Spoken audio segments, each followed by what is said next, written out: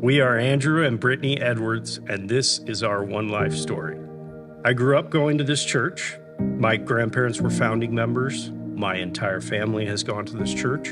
In youth group is where I met Brittnie. I would say that people thought that I was a good church kid, but I did a lot of partying in high school, and that ended up leading to a future addiction. When we started dating, all of that seemed to kind of step aside for a little while. And then it, I guess, resurfaced. And I found out that it was a lot deeper than I thought after we were married.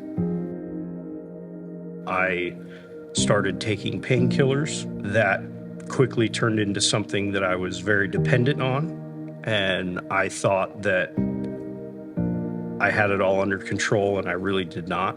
It went from opiates to heroin and then to fentanyl. When I found out, we had 3 kids. Our youngest was maybe around a year. And in an instant, I felt our whole world crumble. And I didn't know what to do.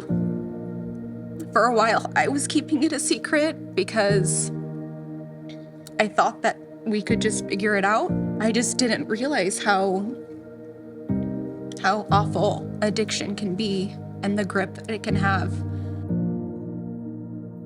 As the addiction got worse, it had complete control over me.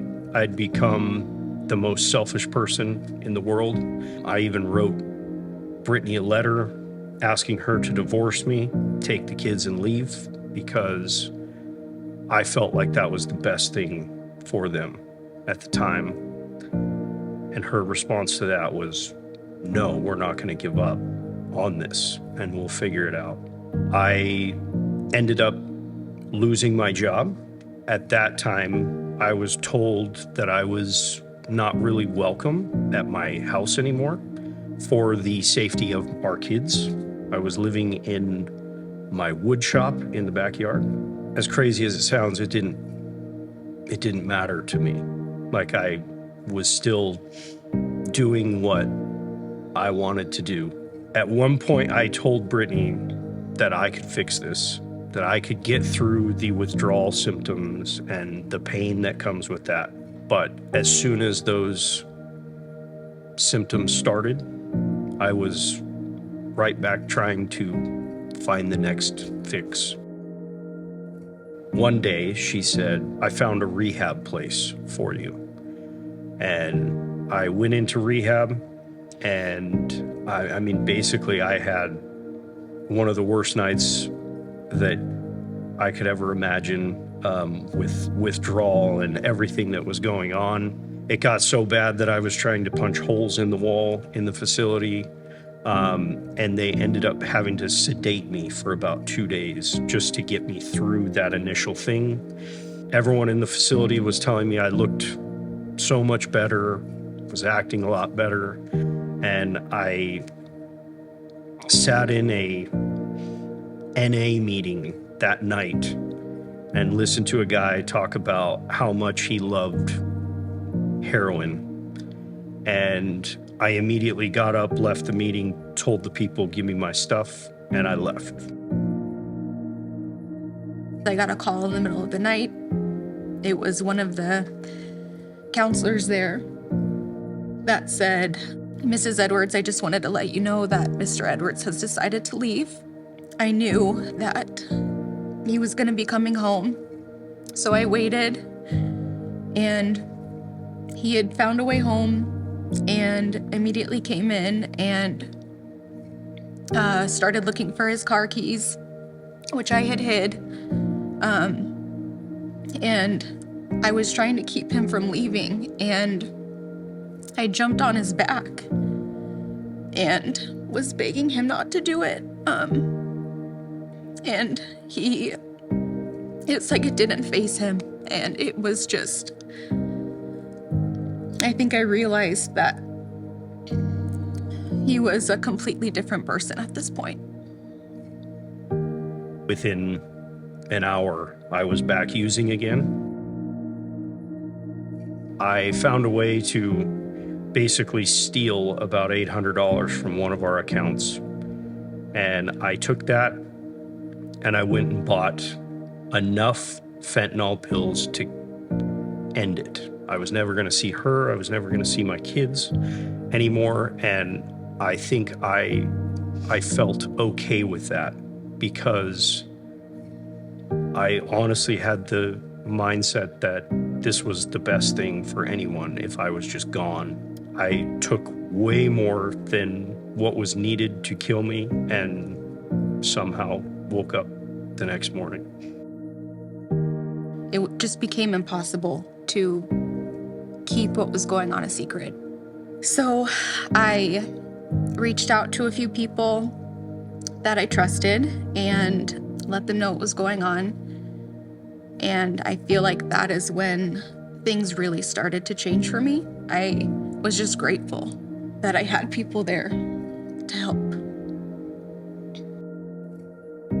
It just became impossible to keep what was going on a secret. So I reached out to a few people that I trusted and let them know what was going on. And I feel like that is when things really started to change for me. I was just grateful that I had people there to help. We had decided that I was going to move into my parents' house so that I could have somebody at least keeping tabs on me. At that point, I did not have money. I owed a lot of people money. And on Easter, I showed up at my drug dealer's house and he basically said, I can't give you anything. You owe me money. And I said, I just need a place to be. So I spent Easter going through withdrawals on the floor in a grungy apartment. And the next morning, the guy that was there basically said he was sick of seeing me in that amount of pain. So he went and bought some drugs for me. I used a little bit more that week and it brought me, I started going into withdrawals and just kind of dealing with it. And my parents one night asked me, they said, "Is this it? Are you done?" And I told them, I said, I don't know. I can't tell you that for sure. And this was Saturday night. And Sunday morning, I'm laying there, and for some reason this popped into my head. At one of the rehab facilities I went to, one of the guys that worked there, he goes, "Do you want to know how I stay sober?" I said, "Sure." He goes, "Every morning I wake up, I get on my knees and I give it to God. The day, I just pray that he's going to keep me sober for that day. And I do it again the next day." And for some reason that popped into my head. And I thought, this entire time, I've been trying to do this on my own. And I've never really legitimately given this issue to God. So I did. I got out of bed, got on my knees, and just gave everything to God and just prayed for strength to get through all of it, prayed for forgiveness. And I got up and I walked out and I told my parents, I'm officially done with this and I want to go to church. So they did. They took me to church, and that sermon that Jared preached just went right along with everything that was going on inside of me. At the end of the service, they, had a prayer. I prayed that prayer, and then it just happened to be Baptism Sunday. I was baptized right there and have been sober ever since. All my pain and everything was taken away on that Sunday at church. So after I was baptized, I knew that my life had changed, that God had worked a miracle in my life, but nobody else knew. And I had, this 6-year addiction, to just up and walk away from it, it just didn't make sense to anybody else but me. I think in the weeks following that, I really knew that he was healed. But there is still a lot of anger and resentment that I still had. And I think when it changed for me was when I realized that it wasn't just a mistake that he had made, but it was more of a spiritual battle, like for him, for us, for our family. I think there were a lot of days where I didn't have a lot to give. That is where our family, our community, our friends really stepped in.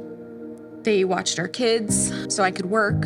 They bought us groceries, did yard work. We even got a check in the mail for the exact amount that we needed to pay for one of his rehabs. And they didn't know that. They just felt like this is what they wanted to do for us. And looking back, incredible to see the body of Christ work together the way that it did.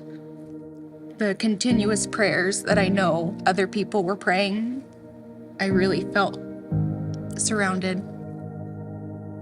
Sometimes I think about all that happened and I just imagine God saying, like, this is gonna be awful and I'm so sorry, but if you could just see the other side and just trust me, like you would get it.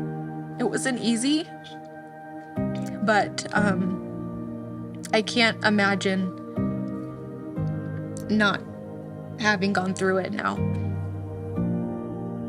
So I've been sober now for 4.5 years. I feel like as my life changed and I started living the life that I was meant to, we've just been blessed ever. Like the blessings I don't feel have stopped.